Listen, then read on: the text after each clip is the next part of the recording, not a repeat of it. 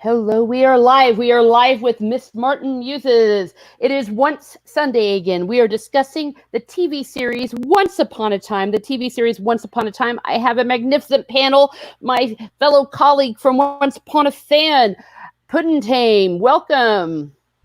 Hello. Hello. Yes.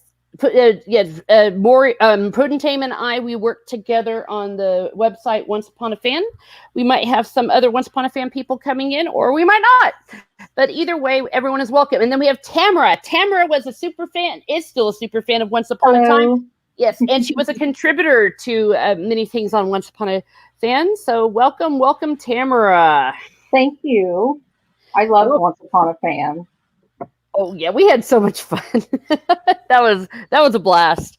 Yeah, and the thing that's so amazing is that we all still stay in touch. How long has it been since the show was canceled? About 3, maybe 2 years, but I think it was 2 years ago last week. Yeah, 2 years ago last week. Yeah, and a lot of people bailed after the end of season 6, so that was kind of when everything kind of went away. All of the ones that hadn't bailed before that, because a lot of people left the show, and that was kind of sad. But what we're here to talk about is Once Upon a Time, the TV show, the fantasy show, where a bunch of characters from the fairy tale world somehow ended up in our world. And when they ended up in our world, all sorts of things happened.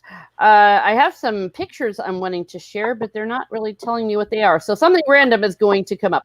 This is the one I wanted. Here are the main characters. Now, they had all of the various characters from the traditional fairy tales: Snow White, Prince Charming, Rumpelstiltskin, Red Riding Hood, all of those, Jiminy Cricket. But there were 2 original characters that they had, and it was Emma and her son, Henry, who are the daughter and the grandson of Prince Charming and Snow White. Though the weird thing is why are they all the same age? Well, because there was a bit of a time travel thing going on. And so the way the TV show worked was they had scenes from the past and when they were all in the fairy tale world, and then the scenes in the present where they were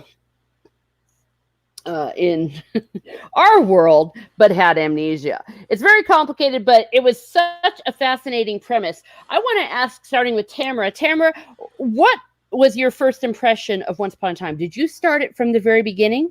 I did, and it was just like I had never seen a show like that before, and the costumes got me at the first.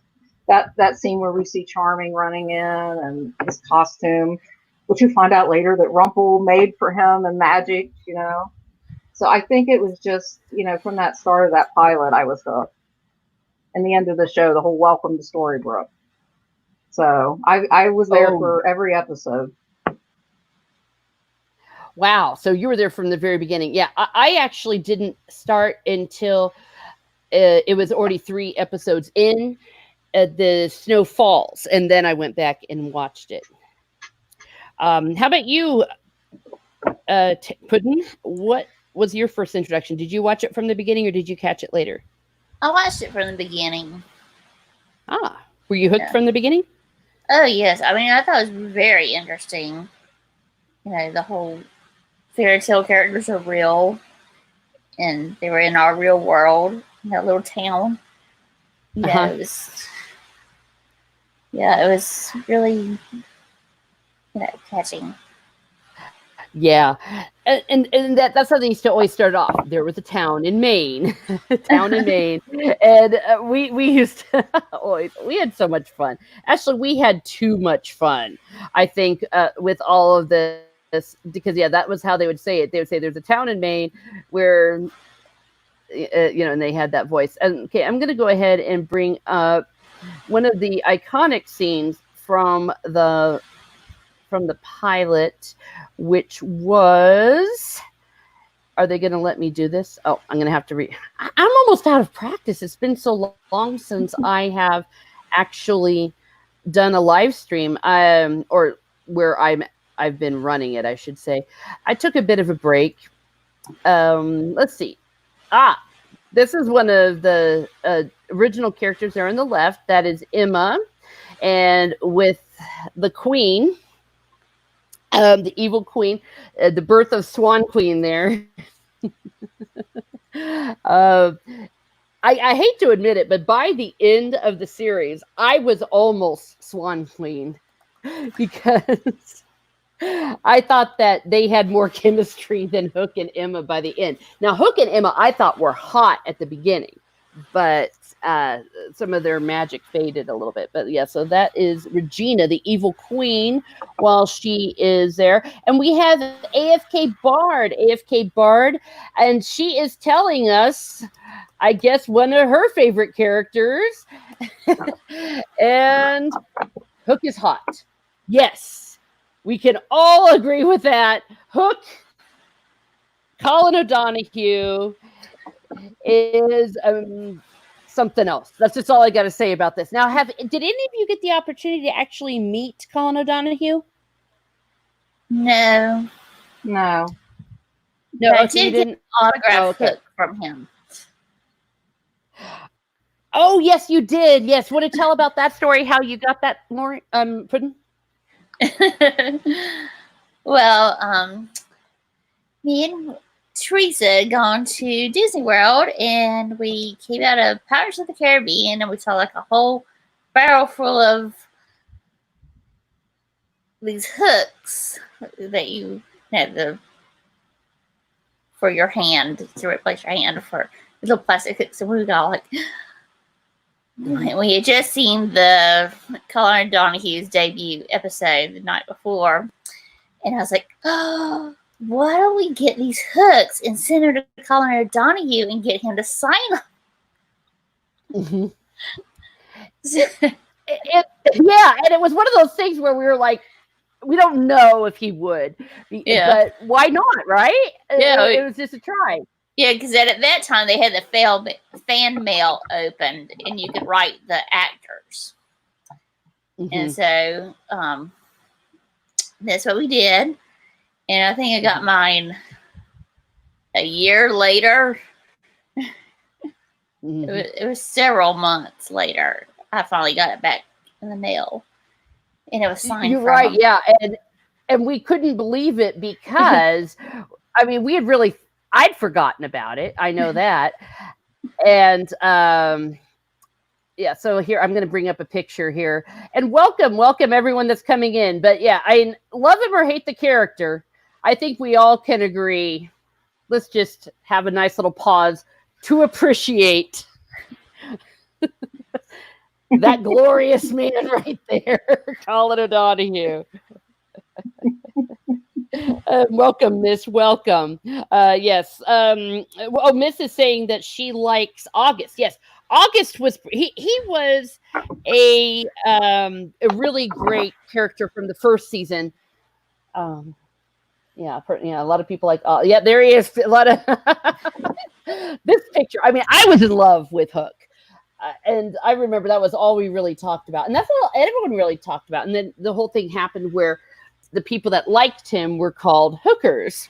And yeah, and it was so inappropriate, but everyone just kind of went with it, including him. I think it started as a joke on Twitter, and it just became a thing. And that's also what's really cool about a lot of experiences that we all had with Once Upon a Time, was things that were just offhand moments, and all of that became legends. Like that moment with when Hook became Hook, that was a big moment. Also, when one of our friends, I don't know any of these people's real names, she happened to write Josh Dallas, who played Charming, and said, let's call it a charm attack whenever you're hot or something like that. And he was like, he wrote back, I like it. And next thing you know, the charm attack became a legend.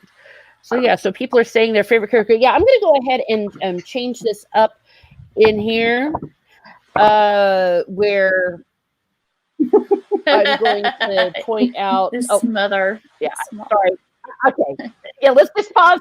It took me a while to bring that up. My internet's a little bit slow, but let's all just pause to appreciate. I mean, even the dude's eyes. When people, where I walked into the room and he was there, and the room literally heated up 200 degrees. I mean, it was just sitting at a table, and we were all like, I finally said to the ladies, like, is it hot in here all of a sudden? She's like, oh, yes, it is. I mean, it was just something else. And then we had our friend Tom, who is a Hook lookalike.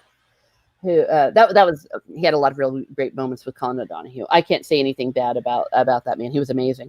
Okay, so yeah, I'm going to change the banner because I think we're going to move this into our favorite characters. Obviously, we know which favorite character AFK Bard is, but let's go with Tamara, and I just can't imagine who it's going to be. I don't know either. We're not sure. I don't have any fancy pictures to do. Well, you can tell by my icon, I'm a Rumbeller, and by the time Desperate Souls came along and we got his backstory, it was just, there was just something about Robert Carlyle.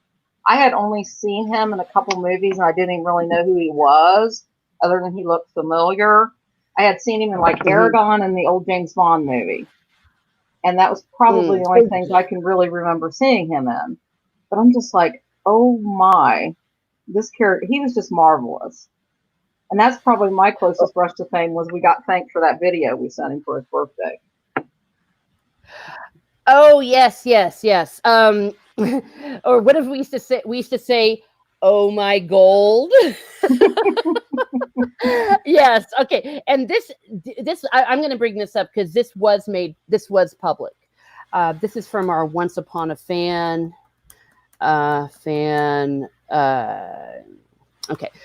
from our YouTube, which is still active or still there, by the way.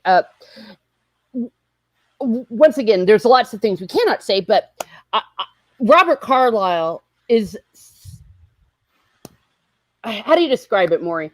He was always just so good to all of the fans, and he did things he didn't have to do. Like he gave us the original chipped cup to our Gareth, who is the head of the website. Yeah, the original chipped cup from Skin Deep, so that it could be auctioned off. And it got auctioned off. What was it, Maury? About $4,000? Yeah, I mean, it was way up there. Yeah. Yeah. And so just things like that he did. And he was always just so nice to everyone. And this is a very good example because as in the early stages of when everything was getting to going, our friend Laura Foster, who was on our staff, she started making these dolls, and the actors just went gaga over these dolls. And they almost got competitive about who was going to get a doll. And Robert Carlyle, of course, just like all of them, loved him to death. And when the big finale happened of the show, they actually took pictures with the dolls. Yeah. Okay. As we're waiting for this, what I'm trying to bring up here, this is also going to be a love-in for all the actors. Full Monty in 28 Weeks Later. Yes, Full Monty is how I knew him. He was also in, what was it? The 24 show. He was really good in that as well. 24 Redemption. Yes.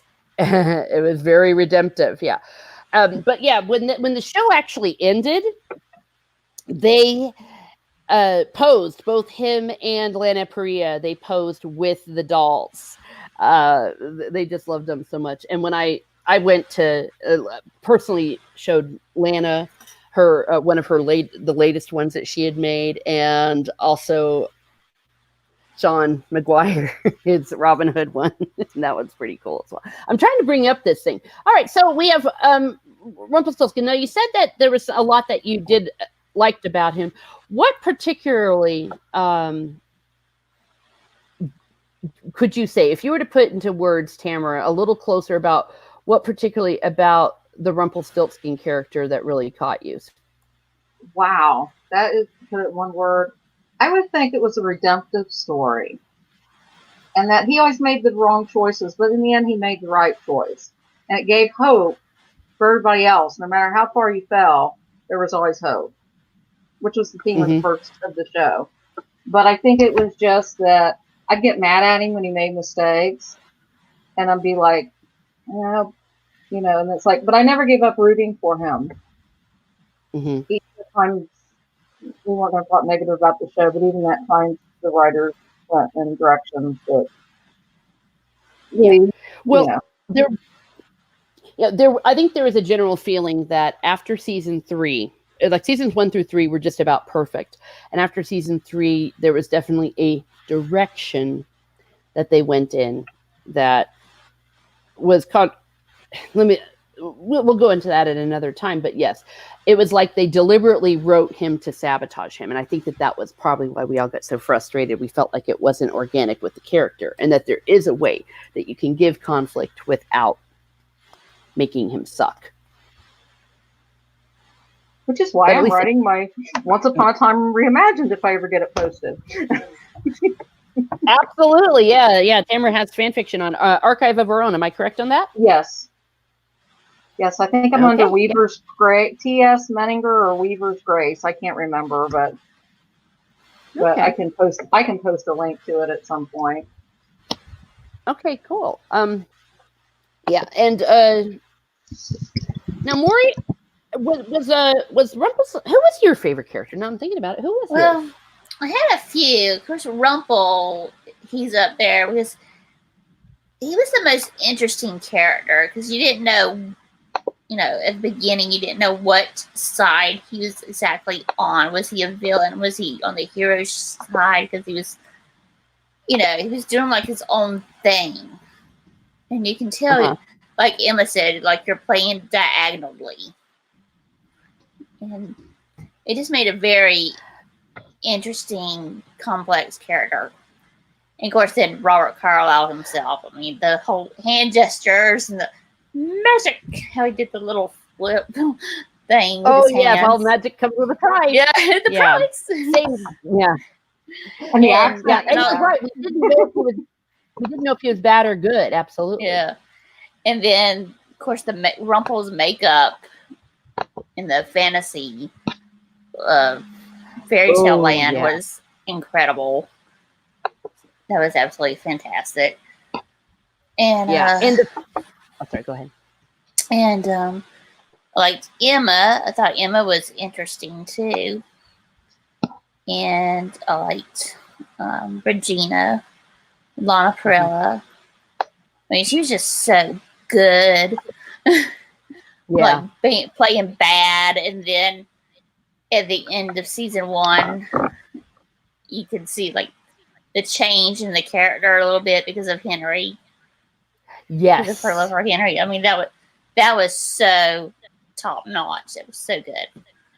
Yeah, and I love it at the end of the season. Yeah, she was really pretty much evil throughout the whole thing, but we saw little cracks, and it wasn't until that last episode, Maury. Dang it! Well, whatever. You went public. Yeah, you were public with Once Upon a Fan. Where when she says, "No matter what anyone says, I do love you," and then she went home into Henry's bedroom and just cried her eyes out. Yeah, she was amazing. Yeah. And I was going to say there were times at the end of the show she was more with Henry than Emma. Yeah. Yeah. Well, we don't want to go there. It was like she was a better. Oh, never mind. Just never mind. Well, there was a bit of a controversy from the first season, and I actually agreed with it, where they were acting like Emma was the real mother of Henry, and I didn't like it because it's like, wait a second, she gave up Henry, and I'm sorry, I just saw something in the private chat here. I'm going to check that out in just a second. And while it was a situation where, I see the archive My bad. I'm sorry. I am out of practice of doing this.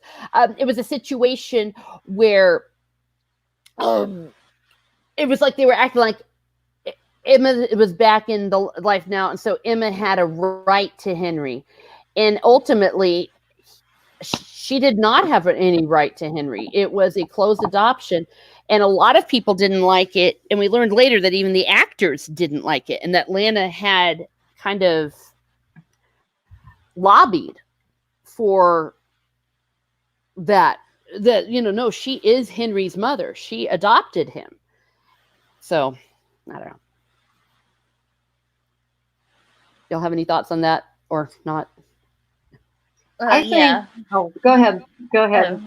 No, you can go ahead, Tamara. Okay. I was going to say too, because it kind of in real life, I know some people that have adopted children that did close adoptions, and I won't get into personal things about it, but it kind of the whole love, and when she gave Henry true love's kiss in the Zelena time, and that broke where they remembered everything. So I think Henry was the one constant for Regina that helped her become a better person. Mm-hmm. Yeah, absolutely. And I have a friend who's adopted, who I used to watch the show with, and she didn't like it one little bit, because she's like, hey, my mother is the woman who adopted me. And that she was always grateful to her mother for giving her, as they said in the pilot, her best chance. She was like, she never considered her birth mother her mother. Yeah, Maury, what you had something to say about that? Yeah, I kind of felt that way with Regina. I mean, Regina was the one that raised Henry. She was there where everything for Henry, the boo-boos, the change of the diapers, like the whole, when he's happy, when he's sad, she was his mom. Yeah, exactly. And I like the way that they did allow it to get really complex and started not just her, Rumpelstiltskin, and her on a redemption road. And it was a really good redemption arc that they did for Regina, because they made her earn it. She had to earn it. She earned it every step of the way. And same thing with Rumpelstiltskin. That's why I in many ways consider that season 3 was the end, because they all reached kind of those points. And then it was like, they were like, oh, we want to keep the show going. Oops. But yeah, but she really did fight for that. And the whole parts with her and their antagonism, because she hated Snow White for ruining her life, and that's why she poisoned her. She hated the parents and wanted to take away their happy endings, because she was full of envy. She wasn't just jealous, she was envious, and wanted them to be as miserable as she was. And that's the whole thing. And then Emma was supposed to bring back the happy endings. And that's what the whole premise of the first one was. And Henry was the catalyst, because he is the truest believer. So it was really nice the way it all kind of came through. My favorite character, I must admit, probably Rumpelstiltskin, because he definitely was the most interesting, even from the very beginning. I would say Belle, except for the fact that they messed her up a lot. When Belle was being Belle, how's this? When Belle was being Belle, she was my favorite. Yes. When she wasn't, that was when her evil twin invaded her or something, because the way she was written in Skin Deep was absolutely perfection, and the way she was in other episodes like Beauty as well. But I love Charming. I think out of all of the characters, Charming was the heart of the show. And not just because he had my heart. Well, yeah. Go ahead, and that Sarah. scene at the end where he's sword fighting with baby Emma, and then he gets stabbed, and it's like, oh my gosh, they can't go off Prince Charming already. I know, yeah. Well, and he was so brave. I mean, defending his family to the death. And it was so, I mean, weren't we all in love with this man? Because, I mean, he was able to fight one-handed while holding and protecting a baby. I mean, And then he got wounded, yeah. And then he got, and even then he got wounded. But still, it's like, that was the ultimate charm attack. Well, And also, I mean, I think that he was not only the heart, but well, he was also, he was the one that even Rumpelstiltskin would go to for advice. They had this bro thing going on. Yeah. Oh He yeah, needed more of that.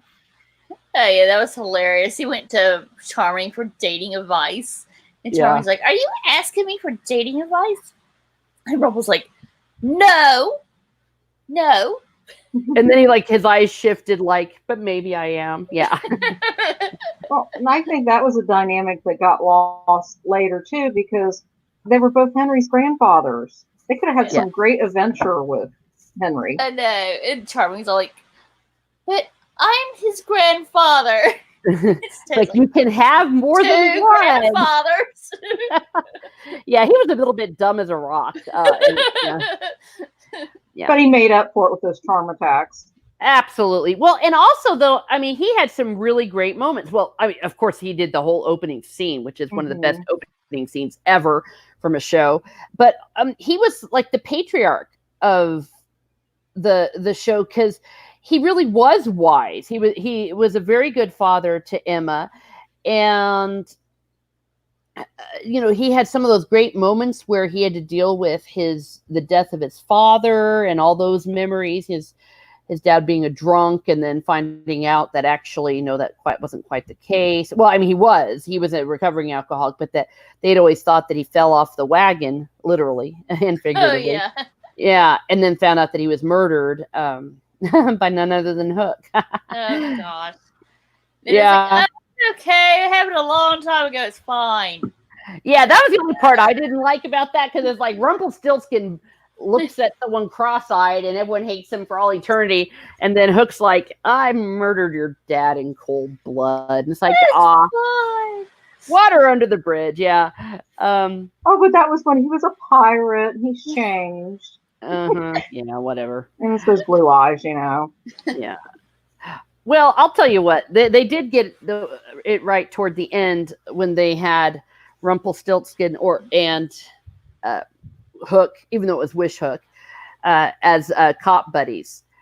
That I thought that was one of the best parts of the final season, and they should have done that earlier. I think if they'd have done that in the real show with real Hook and him, it would have been far more interesting dynamic than the one-dimensional. Yes, indeed. Mm-hmm.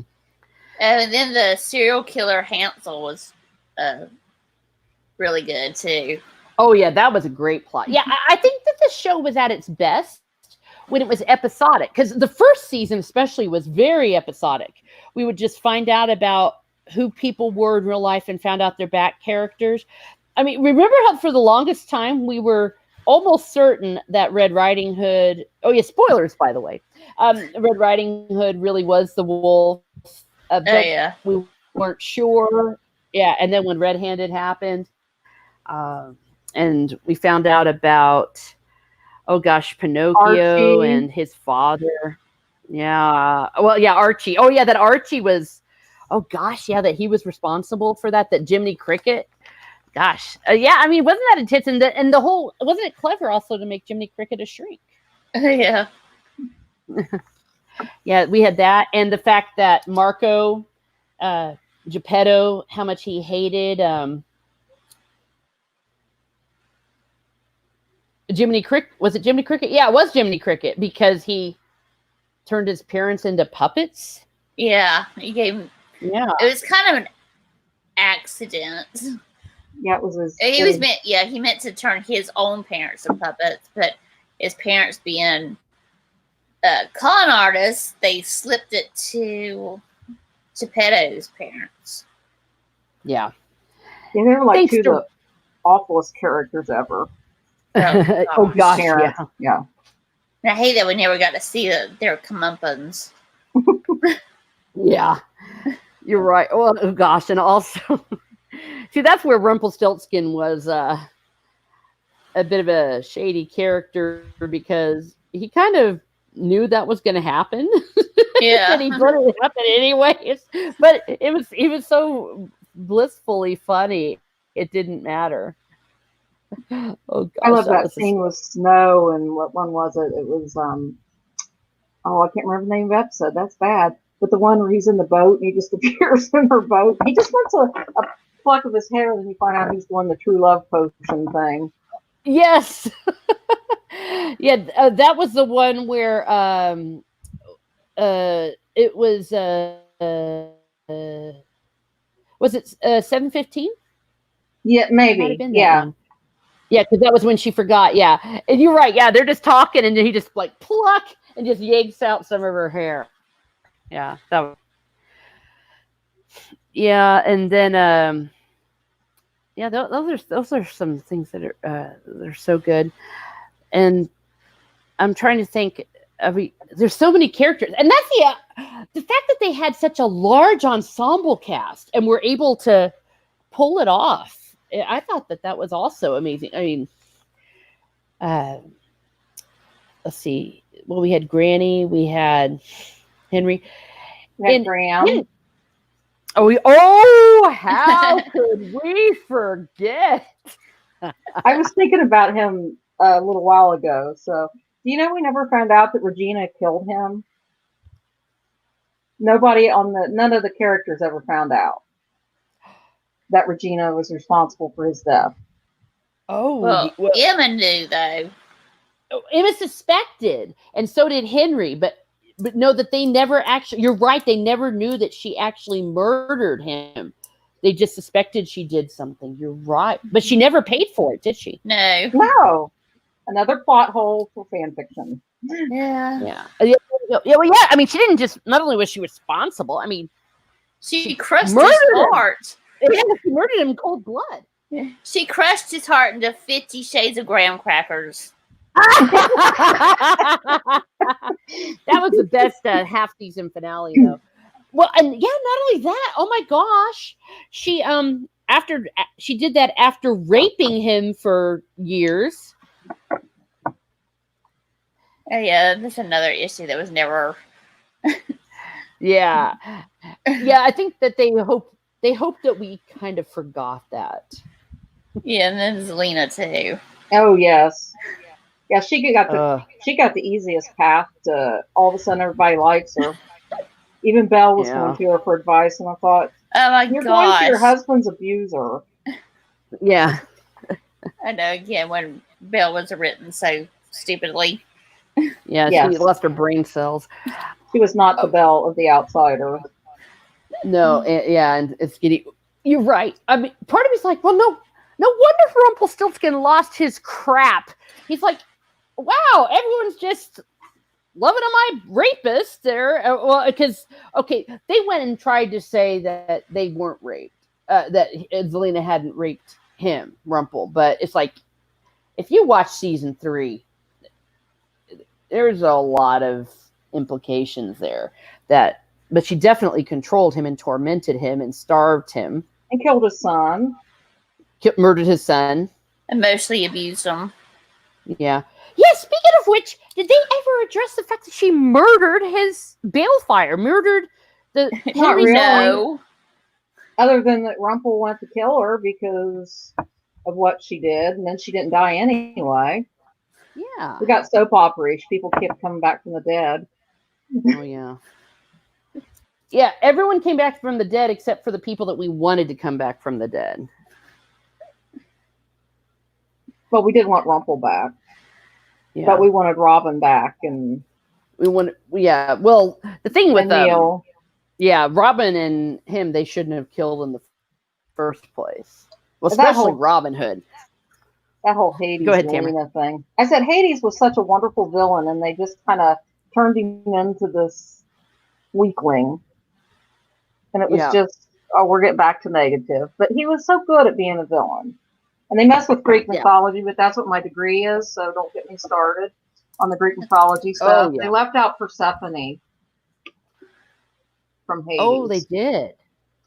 Well, remember when we used to think, they're going to do things like bring in Persephone because that's what they're supposed to do. Or we'd look for clues for things like that. And then it was almost they were all, oops, that's supposed to be in there? Yeah. And Camelot, too. Kim. Oh, gosh. Oh, yeah. What they did to Camelot. our friend Gareth, he said something in a public article, so that what upset him about what they did with King Arthur was, he said, listen, for us Brits, being from England, King Arthur is like their heritage. You know what I mean? Like their myth. It's like their national hero. And so to do that to King Arthur was very painful for them to watch. And we know it was painful for the actor because he was very upset when he found out. But he was always very prudent about it. And so I think that's why they went back and made him kind of good again. Yeah, he was king of the underworld. Yeah, king of the underworld, and he had his redemption. And I got to talk to the actor, and he said that, yes, he was very happy that he gave redemption to him because he didn't know that he was going to be playing bad Arthur because they wouldn't know things until they would get the scripts. Yeah. Yeah.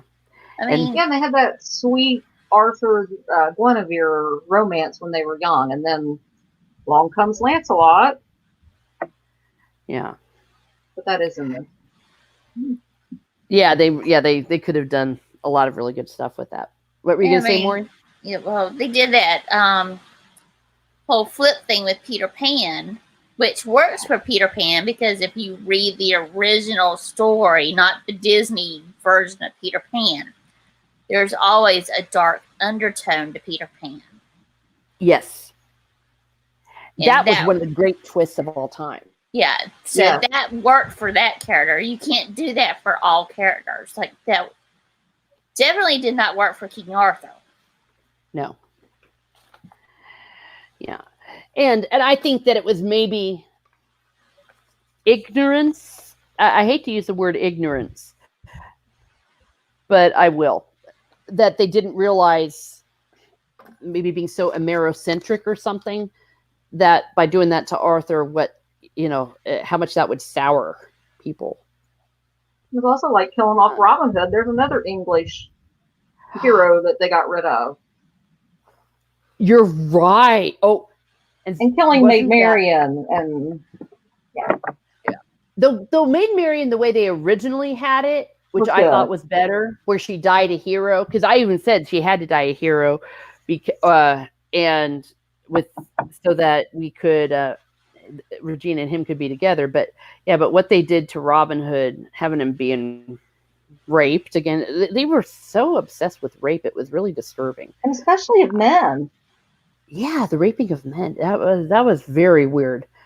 But the whole rape by deceit. Yeah, and it's like because which is an actual not to get law. Too graphic there.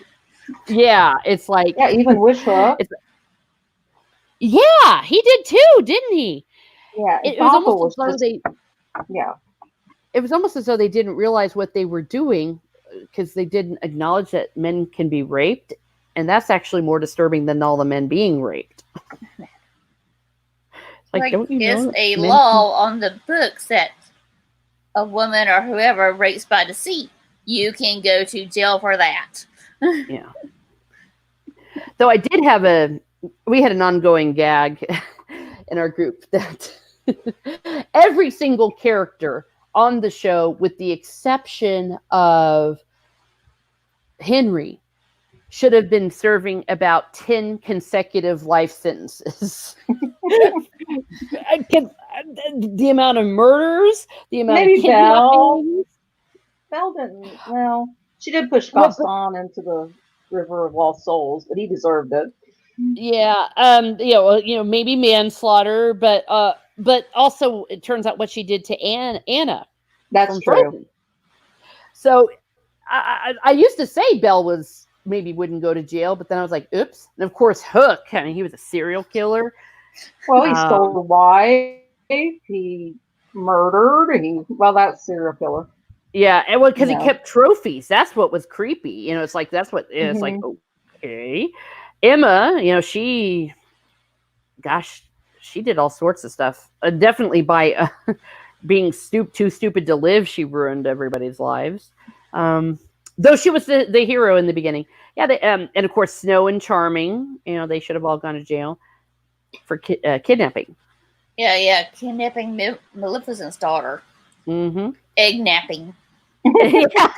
Dragon baby napping, yeah.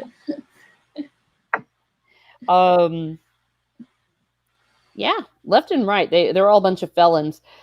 But wasn't it fun, but not fun, when Robin Hood was killed and how the actor responded? Usually they're all professional, blah, blah, blah. But he was basically, see this middle finger? Yeah, that was, and then how disgraceful it was that Hook gets this literal easy return to life and it's on Hook's or Robin's grave, and it was just, that was so disrespectful. Oh gosh, yeah. That was the worst. And that was also one of the reasons it caught my fan fiction is Adam and Eddie had promised we would find out what happened to Rumpel when he was dead. And we never did find out what happened to him. No. Yeah, I think they learned by the end to quit promising things that were going to happen. Yeah, and we were promised Robin Hood's backstory. Mm-hmm. Yeah. And it really was really sad because everyone knew how screwed, not just that the actor was, but also the fans, because we were sold, something really special. And at the convention at Givon's, right after that happened, everyone just even the Swan Queens all chanted Sean, Sean, Sean, and all that kind of stuff. And some people gave him a tattoo to wear, and because everyone knew that it was crappy. So that was a fun. Go ahead, Tamara. Oh, I was going to say, and even Robert Carlyle talked about, how he got so upset after season 3, season 4, about the direction. Basically, like you said, they sabotaged his story from season 3. Yeah. Well, he was dead set against them killing off Balefire, and we know why, because that was his whole story. It was all about that. And yeah. On the other hand, the acting was so good.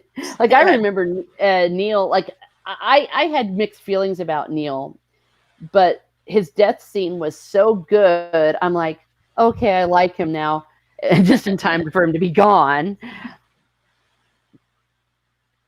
Yeah, I mean, that's the thing. The problems that I have with the writing of the characters and the way the characters behave on screen has nothing to do with my feelings about the actors, because all the actors, Rebecca, Mater, and all of them, they're all absolutely fantastic. Oh, yes. Yeah, and it's their job. I mean, they'll even say that. Yeah. They're like, it's our job to read what's on the page. Yeah. And Finn says, I'm a big fan of Peter Pan in various incarnations. I didn't really like that they made him a D -- on the show, but I got to give it to them to make a twist out of it. I can see that. That's a fair point. I actually really liked that they did, and that it turned out to be Rumpel's father. But yeah, I can appreciate your point. It was probably the last great twist they had in the show, I think. Yeah, and Robbie K. Oh my gosh, he was good. Oh my gosh, he was so young. He was he just turned 17 or 18? 17. Yeah, it was 17 because he spent his senior year being homeschooled on set. And he could act toe to toe with Robert Carlyle. Oh yeah, who's a veteran. That scene in Going Home where he basically, he's verbally abusing him, about not wanting him as a kid and all that. And that whole episode is great. You telling Paul that he was centuries older than Rumpel. Yes. And how he taunted him in that scene. Robbie K, kudos to that kid. He was so amazing. And he was also one of those that you were sad to see him go, but I'm glad they pretty much left him dead because he had to die.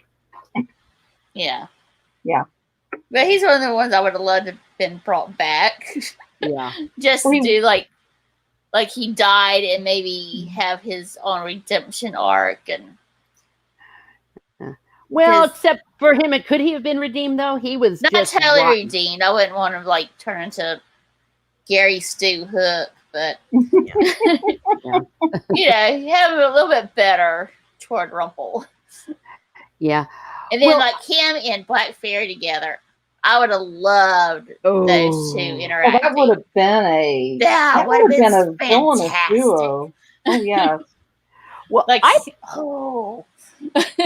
I think the plan was they were going to do a series of spin-offs in those middle seasons, the off seasons, and that the first was Once Upon a Time in Wonderland, and the next one was going to be Once Upon a Time in Neverland, because they did a lot of talking about the fact that Balefire was going to be there when he was young, and we saw a lot of hints in that way.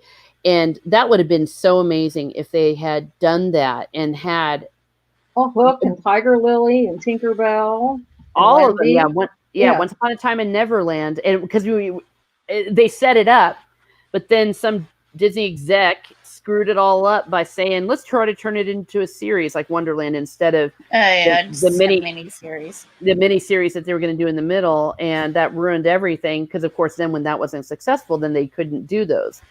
But because then we could have had Robbie K. Because even though we would know what was going to happen to Robin Hood, to Peter Pan, it's still it would have been so much fun. And as you said, like they could have done all that stuff with the pirates, and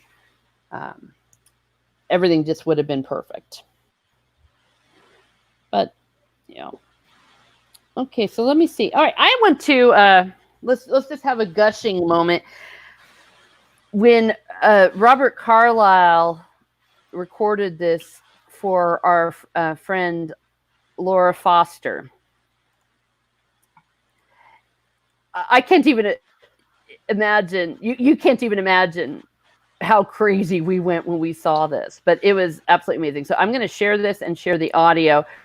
This was a thank you he gave to Laura Foster, who makes the dolls. Except for now, it's not playing. Here it is. Whoops. Did it stop again? Darn it. Yeah. Okay, here we go. Hello. Thank you so much for your support for the show. Thank you so much. I really, really do appreciate it. Maybe I don't always vocalize it on Twitter and stuff like that, but I'm really, really appreciative of everything you do, and I value your time, if that makes any sense. Yeah, and just the way he started off at the beginning. Oops, where'd it go? Where he says, "You made the dolls, don't you, Laura?" And we were all just like, "Oh my effing gee!" We just lost our stuff. Yeah, and there's loads of things like that too. I mean, we got to meet a lot of, just to have some really great moments with these actors. I always tell people, with one or two exceptions, and they're not even the major actors, that I have nothing bad to say about any of them. I mean, Maury, am I right? I mean, weren't they always amazing? Yes. Yeah, I got to meet Lana, Sean, Rebecca. Yeah. Little John. Yeah, and the way that they, and the way that they interacted with us. I mean, they were just really great. Mm-hmm. And I would also say the same about Adam Horwitz, because I know sometimes we want to say things about the writers, but I can't say anything truly bad about him, because he was nothing but absolutely amazing. And at the end, I think he did try to, appease the fans. I think he, at least what I followed on Twitter, it seemed like he at least created the show. Mm-hmm. Yeah, Adam was always good with fans. Yes. And, not to give anything away, of course, but we had the sense that not everything was necessarily their decision. Let me just put it to you that way. That a lot of times things maybe came from the top, and then they found themselves in the unenviable position of Make having it to happen defend or it. else. Yeah. Make it happen and then defend it. And Adam would always listen. I guess that's all I can say. And I don't know how many showrunners we can say about that they really genuinely wanted to hear what we had to say, even when it wasn't necessarily positive. And that, like I said, no, I'll never say anything bad about that man. And that's that. One of these days we'll do a tell-all when everybody's dead. But yeah, can't say anything bad about them. And I think that also says a little bit about actors in general, that we do hear about actors that are bad players, but ultimately they don't tend to go far because nobody wants to work with someone who's difficult. And so we see a lot of that. So anyways. So Tamara, did you ever get to meet any of them? No. I never got to go to any conventions or anything. So I just met them for Once Upon a Fan, and I sent a thing to Robert Carlyle, but I never got anything back. And I think I told both of you about that. But hey, we sent the video, and he actually wrote my name out. Like, that's my closest brush. And I think I did get the tweet back from Robert Carlyle and Giles Matthey and Emily when I said we needed a spinoff show called The Golds. Yes. And I did get Emily the Raven retweeted it or something and said, make it happen. So that was my one brush.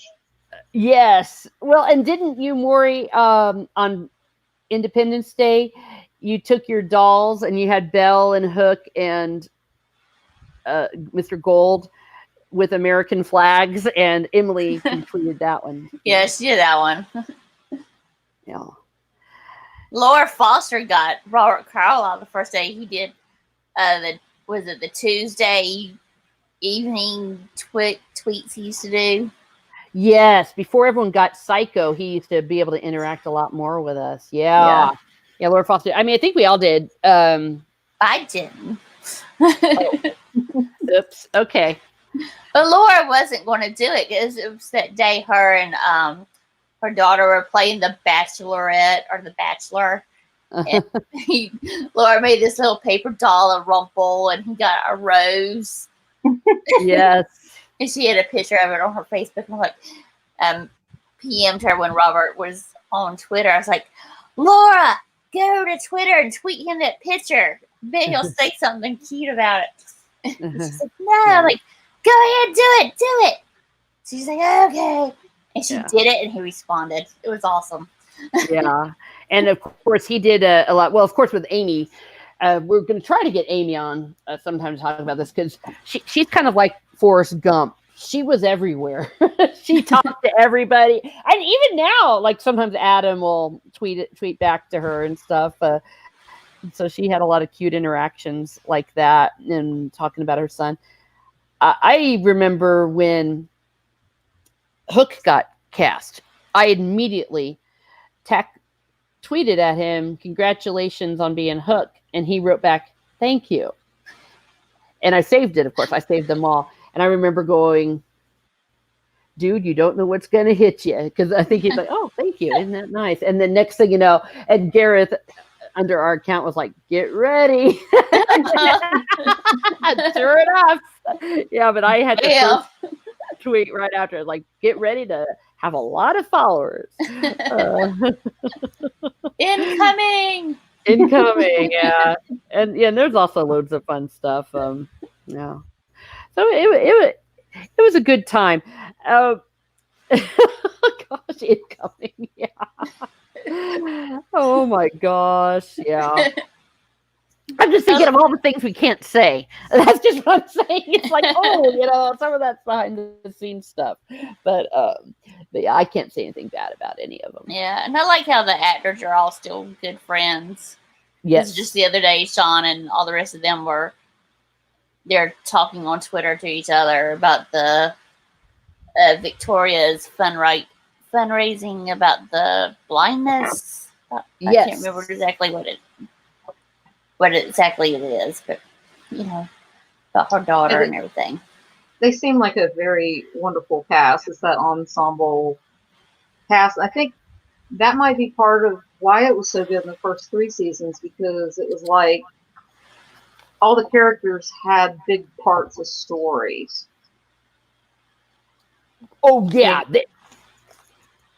Go ahead. I think I know where you're going with this. Yeah. Yeah, it was like you had, in that first season, we were trying to figure out who everybody was. So they're trying to pull on all the backstory. I didn't expect them to go back to break the curse in the first season. That shocked me.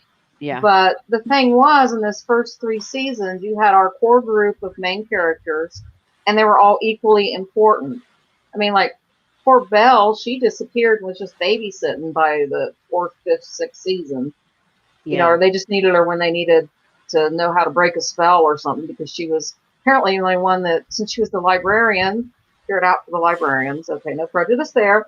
But anyway, it was like she was like the Velma of the Scooby Gang. You're right. Well, and not just her. The Charmings. Mm-hmm. That's what just was unforgivable. And I kept saying it over and over and over again. It's like, you have to have something with everybody. Like, I never had a problem, or I wouldn't have had as big a problem with Hook and Emma, it becoming the Hook and Emma show, if you will, if we still had everybody else. It's like, you know what? Give Captain Swan people what they want, but keep the other characters important. It was like that happened at the expense of them. Exactly. Yeah. And of course they all got along. Heck, got a lot of marriages and a lot of babies got made on there, because they had nothing better to do, because they all had to live together for 10 months out of the year. Yeah, it was like the most fertile cast in history. Yeah. Well, I guess I should say, as far as marriages, only one marriage happened. But hey, why not? I would have fallen in love with Josh Dallas too, just saying. But yeah, and a lot of them, they all bought houses next to each other. That was the thing also about Sean, I think, that he had just bought a house. And then they called him up. Oh, we're going to kill you off. Sorry. Sucks to be you. Well, I think even Robert Carlyle stayed in Vancouver to keep his family there. Yeah, because his kids, I guess, since they'd pretty much grown up there, they didn't want to leave. Yeah. What a guy, by the way. The fact that he did it for his kids. Yeah. That was the good thing. The fathers. Yes.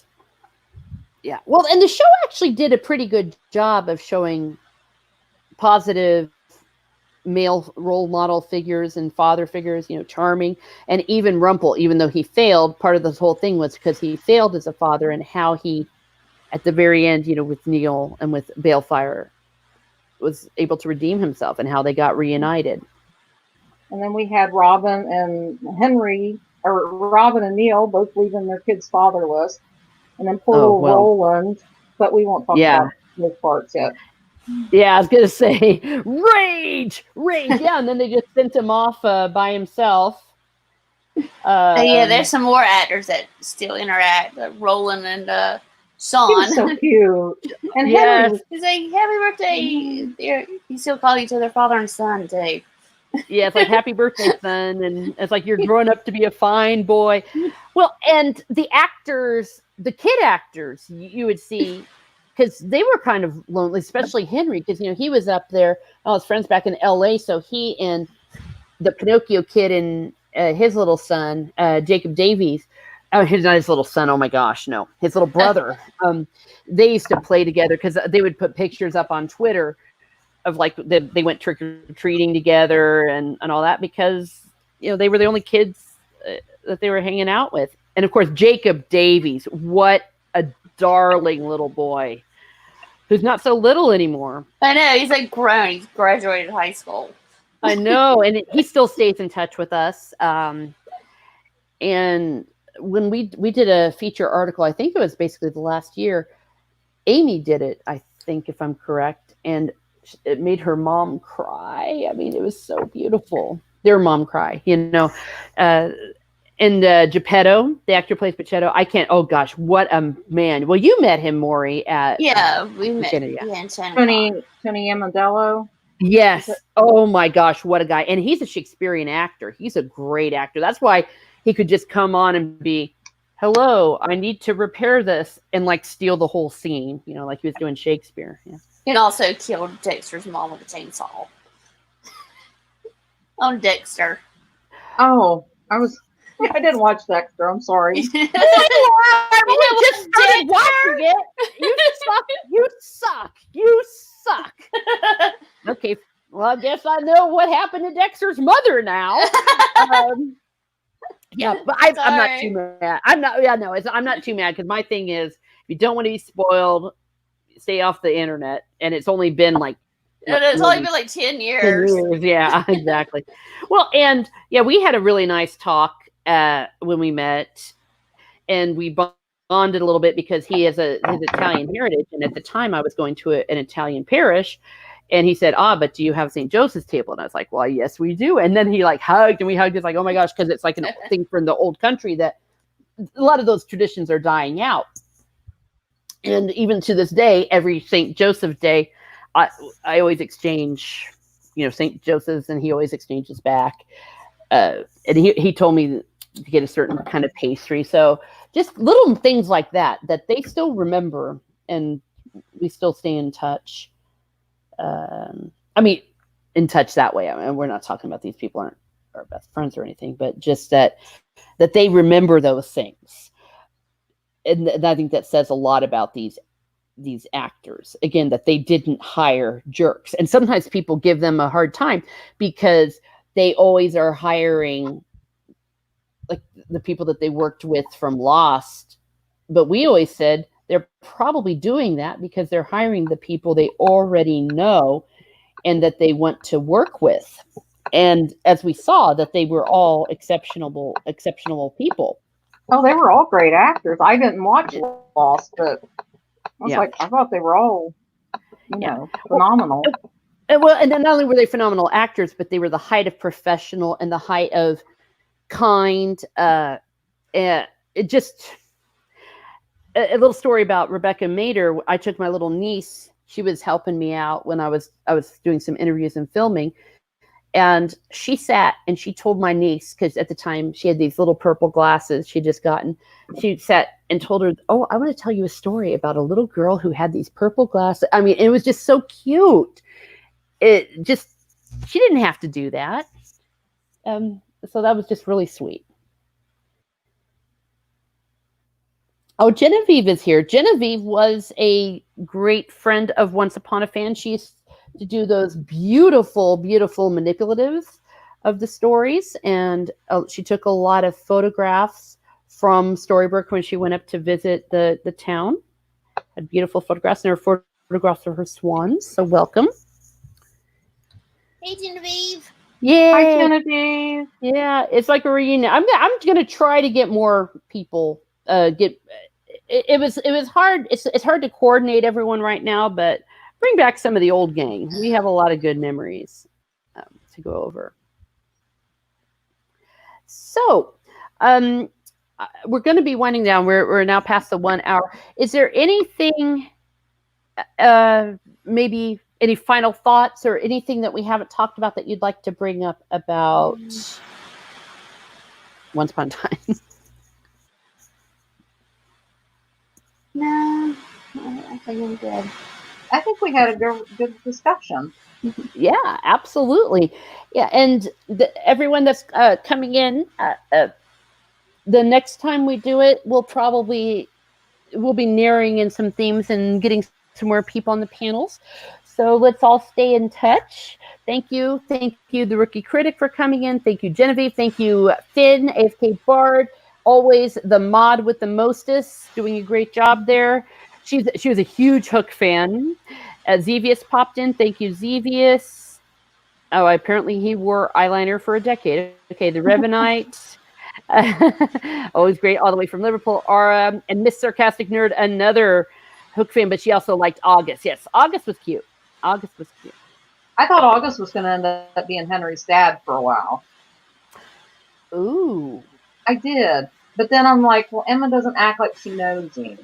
I was about ready to say, unless she had amnesia. Yeah. Yeah. That was like a one. I think it was when he first appeared, and then you figured out Emma didn't know who he was. Yes, because we didn't know, because it wasn't just, Right. It was Henry and Regina that first saw him. Yeah. And then they had us think he was Balefire. Mm-hmm. August was Yeah. good. He pretended. Yeah, that was a great episode. Yeah. Okay, well, we're going to go ahead and sign off. And ladies, stay on, because once we quit going live, we'll have a chance to do a follow-up. So just stay on there. Thank you, everyone. Thank you, everyone. Have a great evening, and be certain. Just don't mess with the evil queen so she doesn't curse you. Have a good one. Take care.